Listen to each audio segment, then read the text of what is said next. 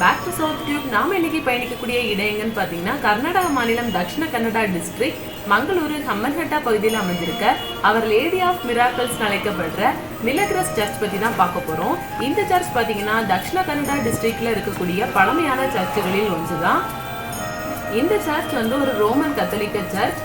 இந்த சர்ச் அமைப்பட்டிருந்த இந்த இடத்துல 350 வருஷங்களுக்கு முன்னாடி, அதாவது 1680 ஆண்டுகள்ல சர்ச்சோட முதல் அடித்தளமா இந்த இடத்துல தாமஸ் டி காஸ்ட்ரோ அப்படிங்கிறவங்களால தான் முதல்ல சர்ச் நிறுவப்பட்டிருக்கு.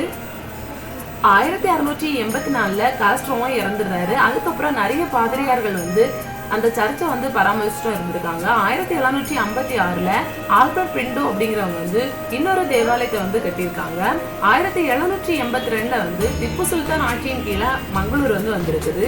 செகண்ட் ஆங்கிலோ மைசூர் போர்ல திப்பு சுல்தான் 60,000க்கும் மேற்பட்ட கத்தோலிக்க கிறிஸ்தவர்களை சிறப்பிடிச்சு மங்களூர்ல இருக்கக்கூடிய 27 சர்ச்சுகளை அழிச்சிருக்காரு.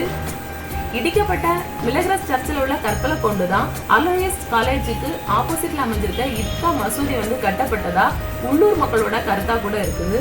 அதுக்கப்புறம் 1799 4வது ஆங்கிலோ மைசூர் போர்ல திப்பு சுல்தான் ஆங்கிலேயர்களால் கொல்லப்படுறாரு. அப்போ மங்களூர் கத்தோலிக்கர்கள் எல்லாம் சிறையிலிருந்து விடுவிக்கப்படுறாங்க. சிறையில் இருந்த ஒருவரான பேக்கர் லாரன்ஸ் பெல்லோ அப்படின்னு இடிக்கப்பட்ட தேவாலயம் இருந்த இடத்திலேயே இன்னொரு சர்ச் கட்டணும் அப்படின்னு முடிவெடுத்திருக்காரு. அப்போ பொதுமக்கள்கிட்ட இருந்தோம், அரசாங்கத்திட்ட இருந்தோம் நிதி திரட்டி 800களில் தான் கட்டி முடிச்சிருக்காரு.